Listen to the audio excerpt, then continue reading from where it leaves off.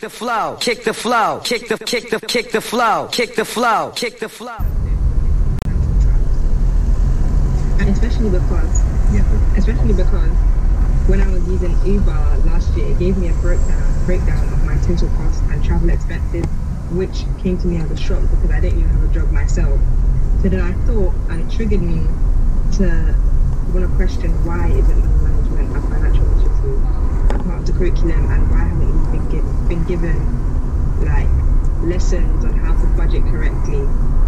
Yeah, I probably could answer that for you, but I don't want to, we've got 20 odd minutes to go, so look, is it important to you and your friends, or how important is it to you and your friends? It's extremely important because obviously when we're older, we all want to be financially secure and not have to worry about money in that way. So here's what they had to say. Endemic in schools. She's one of many people now calling for an inquiry, and I just want to know what your experience of this might be as a parent or as a teacher. 0345 6060 973. Here's Sue. I know that's not your real name, Sue, but I do want to know your real experience. Welcome to the programme. Hello, thank you. I actually was fortunate enough, I was a PSHE coordinator for 10 years. I was fortunate that there was actually proper training in the case of PSHE certificate. And coming back to Jess Phillips, I heard her recently speak on the Andrew Marr, that in fact we needed a robust curriculum and we needed decent resources. And I would add to that we need decent training. You wouldn't have a teacher teaching Spanish or French without being trained. And you need a curriculum that starts in year 7, and if it's set up properly, the children feel safe. In other words, you're still having a school where it's patchy, or they do what you call drop-down days, and that was 10 years ago ruled out. Drop-down days is where they suddenly took all-in-ones about consent, etc., and that's the end of it. You need to build a relationship with the children so they feel safe, and they feel safe in the classroom setting and with the teacher. And that's often a vehicle for them coming to see the teacher afterwards if there are safeguarding issues, or even in the class they will come up, ask questions.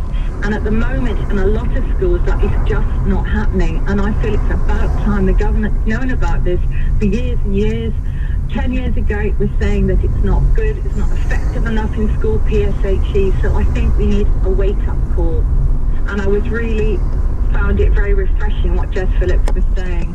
And I just hope the government and more MPs will take note. We need some action, not immediate, but we need some action, particularly as now it's compulsory, the RSE element. Good to hear from you, Sue. Thank you. Nicola is next. Nicola, welcome. How are you? Hi, I'm very well, thank you.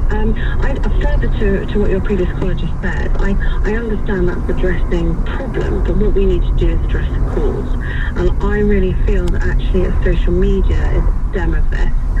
It's not governed properly. Children under the age of 13 are accessing images that are completely inappropriate for them.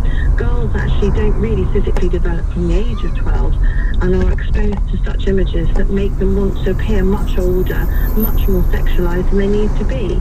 And I think that actually if we singly focused on not allowing children under the age of 13 to access these images, which at the moment is incredibly difficult to police from a parental point of view, I think that would actually influence the cause, because it's not about dealing with the effects. When these things are happening, yes, okay, you can deal with them as well as you possibly can, but you want to stop it happening. I've got 6 children. I've got 2 daughters who are 18 and 16, and I've got 4 sons. And